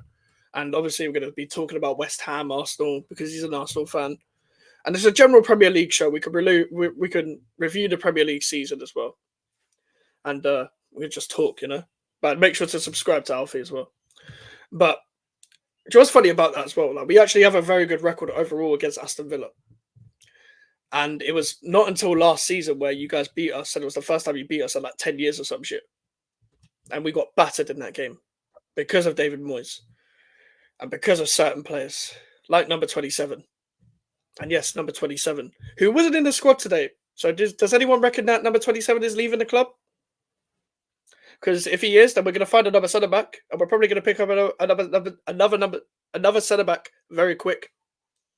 Because that's what we do under Steinen now. But yeah, number 27 wasn't in the squad. For some reason, number 3 was still there. And yes, I'm saying a lot of numbers, but I don't like a lot of these players. And when I mean a lot, I mean like 5 of them. But Zuma's looking to go, still finalising his deal. Trying to find another club within that area. I forgot what it's called. The Middle East. That's what it's called. Would you say Emery out-tacticalized you today? Yeah, I mean, he has every game that you guys have played us. Every game, pretty much, apart from the 1-1 last season. You've done us tactically every game. Bro, if he gets to learn Chinese, he's got a different bag that people in 2011 were getting. But yeah, bro, the Villa fan, he's out-tacticked every time we've played you, pretty much. And he does that to most managers. Don't get me wrong, he does do that to most managers. What is great about your team is that you guys pretty much have a mentality of a cup-winning team without winning anything yet, which is a good thing because that means you are bound to set a platform on winning things. And you probably will in the future, like an FA Cup or a Europa League in the future as well. But you guys have bought into that mentality because when you're defeated, you're not really defeated. You can always come back. Aston Villa always have that, whether it's away from home and whether it's at your ground as well. And Villa Park is still dangerous. I know your record got somewhat broken, but it's like Villa Park is one of the hardest stadiums to come into in terms of the Premier League. I think his tactics are dangerous. Remember against City and Arsenal last season? Yeah, you guys beat them both twice in the same week, and you beat Arsenal away from home, and you guys played well at the Etihad. And you don't get me wrong, you lost, but you did still played well. He's going to push him. He's going to push Watkins, isn't he? But Watkins will show the consistency. The reason why Watkins was at his best today, as Jonathan said in yesterday's stream, he didn't have a preseason because he came back from the Euros and came back late. It's like Rodri. Rodri isn't going to play tomorrow, and he didn't have a preseason. So it's still going to take time for players to come back. I know Bowen barely had a preseason. He had 2 games. He had a behind closed doors game, and he had 60 minutes of the Betway Cup. But he'll be better. But we actually need to play down the right-hand side. And do you know what? And this really has opened my eyes in terms of my general thinking of most players. So when I was talking about Wan-Bissaka, about how at times he could be good in build-up, and at times he could be like a stick in build-up, as a Kern as Flawless would say. He's going to be way better than Sufal was today, because Wan-Bissaka isn't going to send the ball long. He's going to develop a different relationship with Jack Byrne. Wan-Bissaka will find short passes, hopefully, and give it goes and 1-2s and stuff. But can I be honest? You're still going to see, and this happens in every team, by the way, you're still going to see bits of the previous manager's style of play naturally in every other team's style of play. You're still going to see that. Because you saw that with the relationship between Sufal and Bowen. Because Bowen always runs in behind and asks for the ball to be long. But Sufal always sends it long and inaccurate. So if I'm Jared Bowen, I'm thinking, okay, this guy's shit. Maybe I should just come short and get the ball and try and drive with it instead. That's what I would do if I was Jared Bowen. Which I think he needs to do. Because for the past 3 years, I've just watched the right-hand side of Vladimir Sufal just sending it long for Jared Bowen to fail to get because the ball wasn't good enough. And there was a chance today when Fulcrook was on the pitch here. Mavropanos had the ball. He could have passed short to Fulcrook and he could have turned, but he then sent it an inaccurate long ball to Somerville, and we lost the fucking ball. Stop sending it long. Watkins is still unfit, had no preseason, and might not get himself back until next week. Exactly. Listen, you've got good depth there. If you guys actually end up keeping Duran, which I think you will, because Cameron Archer, you guys have done whatever with that, and he's gone to Southampton now. And let's say you don't get the Felix deal done. I know Felix not really a 9, but he could probably play that in your system anyway, and he probably would anyway. He's not going to play in the midfield positions. Then Duran's a good option for you. It's just I don't know what the relationship is like between Duran and the manager, so you guys have got good options there.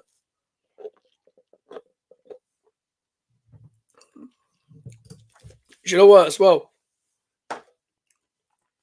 I noticed this in pre-season where all of our centre-backs were long balling it and it was not going anywhere. But Max Kilman's the only one that can long ball it. And for me, I didn't see the long ball football as much today. But apart from Kilman, I don't think anyone should be sending the ball long. Apart from Kilman and Paquetá. In terms of the defenders, I don't think anyone else, unless we need to clear the ball, which I'm fine with. Apart from Kilman, no one else should be sending the ball long. We need to play 3-1-4-2. In possession, yes. Out of possession, no. We conceded 13 goals in 5 games. Remnant of Pocher style of play. Yeah. Fair. Wait, TKO, who do you support? Because I've seen you in other chats. Who do you support? Do you support West Ham? Who do you support? Because I'm assuming you support West Ham, but I'm not too sure though. Because I've seen you in other YouTubers chats, so I don't know who you support. And I think you went on my channel for other people's streams. But I'm hoping we switch it up tactically when all of our players come in as well, because let's say Wan-Bissaka comes in. Wan-Bissaka can tuck in, play a 3 in possession. Wan-Bissaka, Tadibo, Kilman. And then Emerson can bomb forward, pretty much as a wing-back. Yeah, I thought you supported Chelsea. And then Emerson can bomb forward, hug the touchline and stuff. On the other side, we could have Bowen running 1v1. And then Kudus and Paquetá in the pockets, just behind Fulcrook as well. That's how we really should be playing. I also wanted to point out about the corner. There isn't anything that much Antonio could do with the Onana goal. Tallest midfielder in the league and will be a threat in corners. Yeah, but that's why I shouldn't be marking him in the first place, in my opinion. Like, don't get me wrong, like, it would have been a battle with Onana anyway because he's powerful and he's tall. But you get a Souček to match the height at least. At least you get him to match the height. Like, Onana may have got there, but Souček would have thrown himself at it. With Antonio, he's just kind of grabbing onto him. It's like grabbing onto a rope, and the rope is getting tighter and tighter, and you're slipping down that rope and falling over. That's how Antonio was originally marking Onana. As I said earlier in the stream, I didn't see the angle from where Matty Cash got the ball. Someone told me Matty Cash did get the ball first. So when I looked at it, I thought, I've seen those given before. But also, if that wasn't given, I'm not going to say, robbery or anything. When I was in the ground and I saw it, I thought Souček just fell over. And it was like a bit of a clash. But I don't know. That's the thing. I don't think it was completely like, oh my God, how is he given that? But I also don't think, like, if that wasn't given, for example, I wouldn't be screaming, how is he not given that as a penalty? So it's one of them ones where it's like, you can't really overrule it in terms of if they're going by the incorrect decision thing as they do in VAR or clear and obvious error as they do in VAR, then you probably wouldn't overturn it in their eyes, even though the clear and obvious nonsense is bullshit. However, I think in general, it's just one of the ones where they both get tangled up in it. They both get tangled up. That, as I said, guys, I've already seen one angle of it. I thought it was a clear pen. He wrapped his legs around his leg. His follow through was a foul, though. He tried to pole dance on his legs. I think we're all going to have difference of opinions in it. I've only seen one angle since coming back from the match. I don't know. And to be honest, I don't really care because even though we scored a penalty, we didn't win the game. And the only chance we had of scoring was the penalty because we didn't create anything other than that. You see, if for example, guys, if we conceded that penalty, whether we thought it was a penalty or not, I wouldn't have taken it into the criticism because you see, ever since that, like past games where we've been robbed by VAR and all that, I've had a whole new perspective on it. I don't talk about VAR decisions anymore. I don't give a shit about it. The reason why I don't care is because when I'm criticizing West Ham, I always thought, yeah, despite the fact that we conceded there, we should have scored. We should have scored like 2 goals then to outdo them. Despite the fact we conceded that, we should have defended the other goal that we conceded in the game. So I will never use it as an excuse anyway. So even though we got the penalty, there's nothing positive about the penalty. There's nothing positive about it. Great penalty by Pakistan, cool. But we created nothing apart from that. We didn't test Martinez until the 86th minute. Saying that, not a goal scoring opportunity because Souček had the ball, so no pen. Well, to be fair, they don't give every pen as a goal scoring opportunity, so I don't know. But that's the thing, VAR hasn't. This is the last I'll say on VAR. VAR hasn't helped referees figure out decisions, and because the refs are shit anyway. What it has done is caused even more confusion between the fan bases of every club. Every fan base and every club have been robbed within this. What? Have we hit 500? Hold on. Sorry, I'll come back to this in a sec. Give me a sec.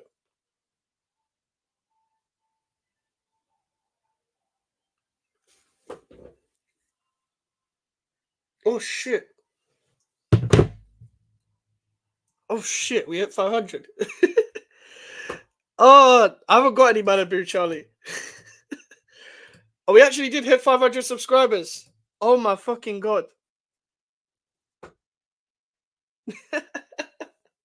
First of all, and listen, someone could unsubscribe and it'll probably go to $4.99. Cool, whatever. But thank you. Thank you so much, everyone. Thank you so much for 500 subscribers. Sorry, I know you guys wanted me to go crazy like the full crook. Here we go. Give me a sec. I'm going to change the banner. Guess what is the road to now? Road to 1,000 subscribers. I know. Listen, sorry, but thank you, Charlie. I don't know how to pronounce. I've talked to you quite a lot, but I don't know how to pronounce your name. Big up to everyone Thank you. Get the glasses up. You know what? Fuck it. You know what? Give me a sec. Give me 5 minutes. Hey, Jonathan, don't you fucking dare. Give me 5 seconds. Give me 5 minutes. Well, not 5 minutes, 5 seconds. Give me 5 seconds.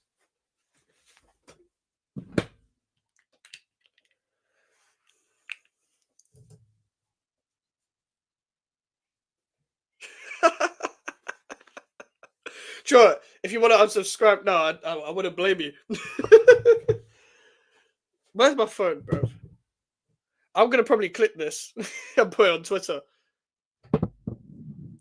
Don't know why we didn't fucking start Aaron Wan-Bissaka. I think it's because of lack of training sessions. He only had 1 or 2 training sessions within just joining the club. But if he doesn't start next week, I'm gonna be even more pissed off because he needs to start next week. But I'll get us back into the game in a minute, guys. Let me just talk about the fact that we just hit 500 subscribers for a second. I want to thank everyone in the chat and everyone that watches these videos that may not be in the chat, may have missed this video, but are always a regular here. I set this goal on the 1st of January 2024. So thank you very much for helping me hit 500 subscribers. It was something that I wanted to hit this year because I was going up by 100 subs every year. And I thought today's the year where we go to 500. Little did I know I would be getting opportunities to go on YouTube channels and to collaborate with a bunch of people and network with a bunch of content creators 3 years into me making content. So thank you very much for that as well. And the fact that a goal that we were trying to hit before the end of the year, we hit on the 17th of August is brilliant. And I didn't think we would hit it on the stream. I thought we would get to 497. So thank you very much. And it's very hard for like a West Ham fan to grow as much because there might not be interest as much as a Big Six club, for example. But thank you very much. I want to say thank you for that. And yeah, and big up to everyone. Big up to every content creator that's helped me get onto this. So that's Georgia Killia, Lewis, Joey, Jimmy, Flawless. Who else am I missing? Big Steve, Strasbourg Steve, LB, the people that come on my channel as well. Pause. And yeah, big up to everyone that's been on the channel. Big up Matt as well, Back of the Net podcast. Make sure to go and check his channel out as well. Because this is big. Now we're on the road to 1,000 subscribers. So let's see if we can hit that. Maybe not before the end of the year. That's unrealistic, but soon. Soon. I'd love to hit 1,000 subscribers. I would love to hear it. So thank you very much. And yeah, let's get back onto the game. But I really appreciate that. It's only the start of something new, I guess. Shame you had a Duran dagger on this day. Yeah, do you know what? I thought hopefully we can hit 500 today just to make up for it. And hopefully we can have a good stream just to kind of like make this day somewhat good because Arsenal won this week. Man United won this week. It's going to make it worse if Chelsea and Tottenham win this week. So that will make it a really, really toxic, shite weekend. But at least we did this. Because that's something positive to take from this weekend. But yeah, I just like talking about football, bro. So that's why I did this channel. Because I didn't like the only reason why I did this channel is because no one that I really know really likes football like that. So I needed to waffle about football. So I thought, fuck it, YouTube. But we're gonna carry on trying to do bigger and better things as much as we can. So no, this gas made the loss easier to swallow. Happy for you, bro. No, I appreciate that, man. And big up to yourself, Charlie, because obviously you found me through the. No, this has sorry. You found me through the Sarcasm City YouTube channel, I'm pretty sure. So yeah, big up to you. You've been supportive ever since you found the channel. So big up to yourself. You're a regular. And big up to all the regulars, bruv. I see the same people in the chat all the time, and that's a good thing.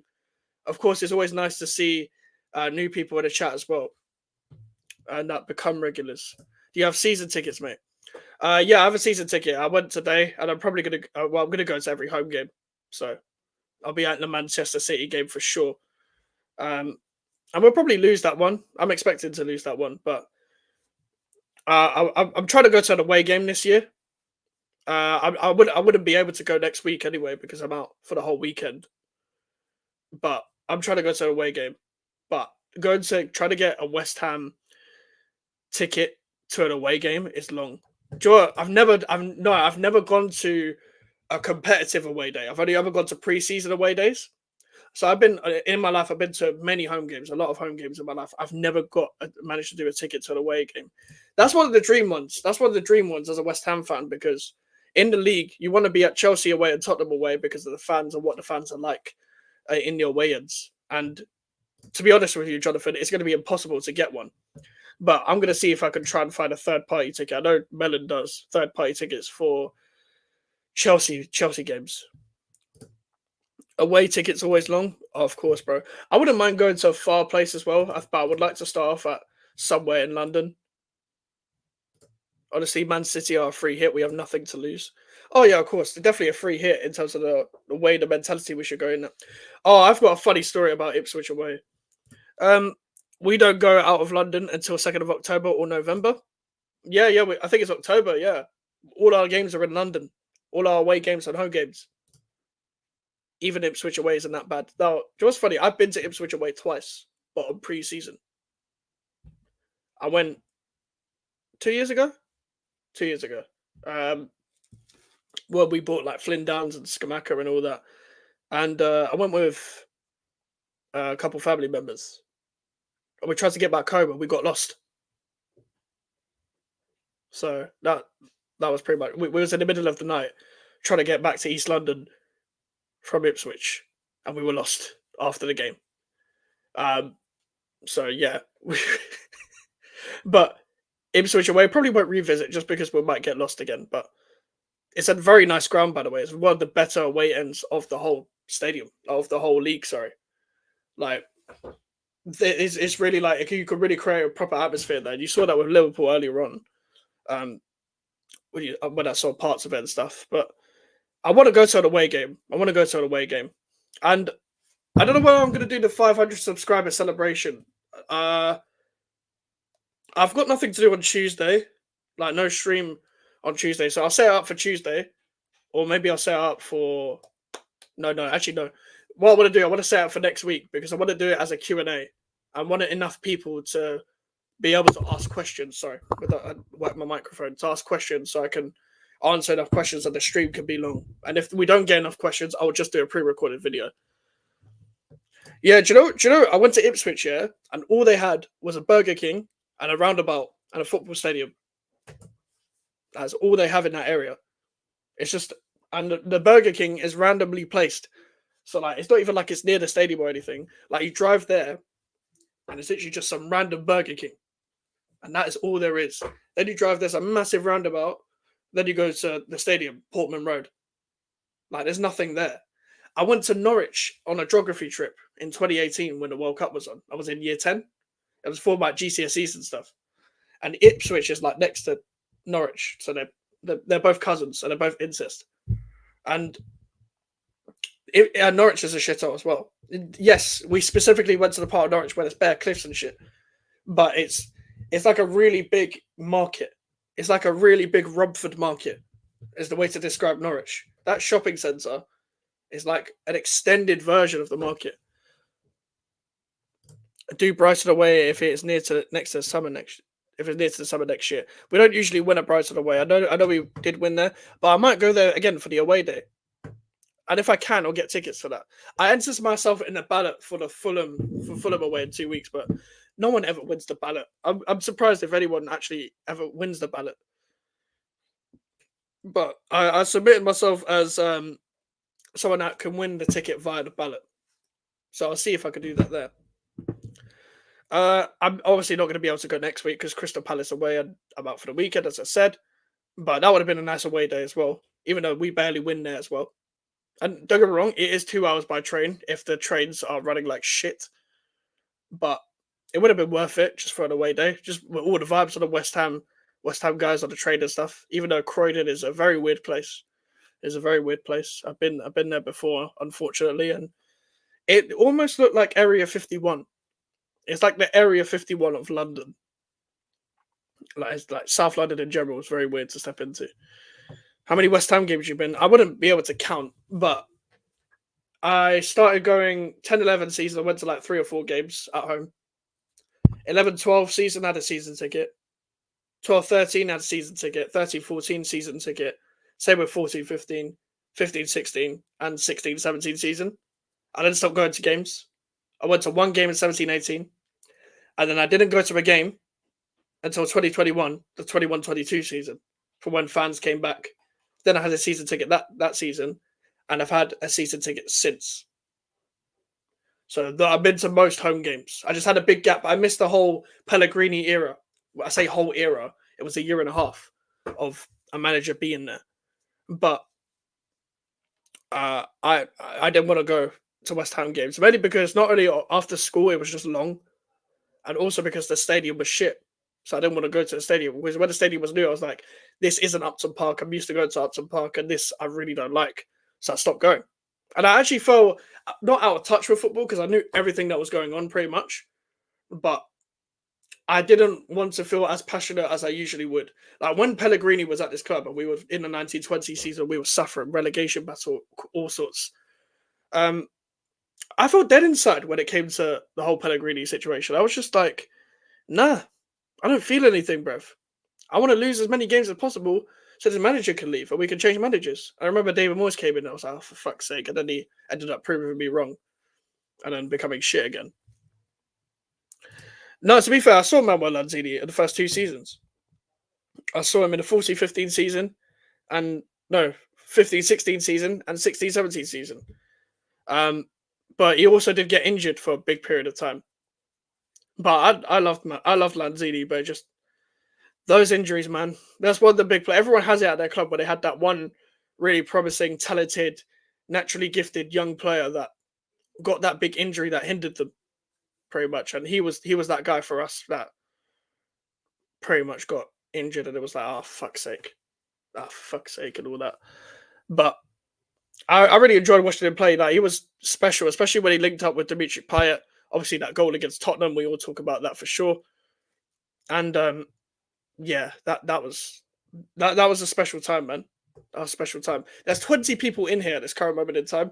If you haven't liked the video, please do, and please subscribe. We are on 500 subscribers.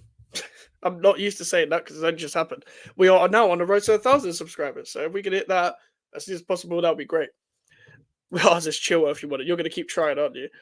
I know your manager said they don't want him anymore. I saw that the other day, but yeah, I'm okay, thank you. We're not doing this again, Jonathan. Oh man, it was very awkward today because obviously I didn't actually expect the text from Joey to,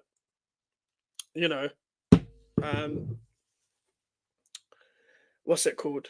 Go into a stream today. And it was very hard to actually communicate because I actually had to stop off away from the crowd and try and get away from people walking and stuff to try and talk to Joey. I had the phone to my ear sometimes because obviously the speaker on the phone is different from a Mac with headphones on. So I was trying to communicate with them. And that's why you can see my internet was so shit, because the connection that's in London Stadium is dog shit. And the connection in the London Stadium is just as bad. But yeah, hopefully I can actually monetize my channel very soon with the whole watch hour stuff. I need to figure out how to do that. Hey, Mike's big up. Hate West Ham. I hope you guys get relegated to the pub league. It's all love, though. Here to hate support you. Don't get me wrong, bro. The hate is mutual, and I respect you as well, Jojo. But thank you for hopping into the chat. But yeah, much appreciated. I think the hate is very mutual. I know we've got a lot of Chelsea fans that watch the channel as well because of Lewis, Joey, and Jimmy. So big ups to them. But we could all just banter about, At this rate, I think everyone's going to fucking beat us. If we play like that. You guys might break your record at the London Stadium against us. I know Lewis said he didn't want to go to London Stadium this year, but you might win. I know you guys were very positive going into London Stadium last year with Pochettino in charge and all that, but I thought, nah. Not when I saw Chilwell, Sterling, Jackson front three. I was quite confident we'd win that game when I saw that. Before that game, I thought you'd change it up because I thought you only played Chilwell in the front three because it was Liverpool. And then, yeah. That's a very horrible thing to say, bro. I would say the same about 23 at your club, but he's going to leave. So I don't really know who else to say. Who else to share at your club? 21. I hope Ben Chilwell plays against you. I hope Ben Chilwell plays against us. Even though he's not going to. Actually, he's going to leave as well. Fuck, you guys are moving quite correct. You're moving out all the shit players. Who else is shit? I hope Madrid plays against us. We might only get goalkeeper from Chelsea. Oh yeah, Mudryk for sure. I remember last time he played against us at home, he kicked the ball off the pitch from a throw. That was fun. I remember that's actually the first time I dipped into a Lewis stream and watched it for the first time. And that's when I discovered Jimmy. That was the first time I ever watched Jimmy. And I thought, this guy is absolutely hilarious. And I was trying to find his Twitter. And then I followed him on Twitter. And then that's how I pretty much got into this content creation networking space because of Jimmy. I don't think we're going to get a goalkeeper from Chelsea, and I don't really want any of their goalkeepers unless this Jorgensen guy's any good. Not that we'd get him if he was any good anyway, but I'm quite fine with the goalkeepers that we have.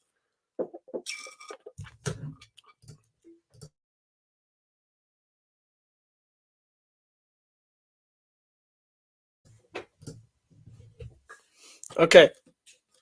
As we are now at 52 minutes in, I am going to end the stream there. But big ups everyone. We hit 500 subscribers today, and also people are going to sleep in my house, so we're going to end the stream. But big ups everyone. Like the video, subscribe if you are new. Social medias are in the description if you want to follow me, and the email for the inquiries.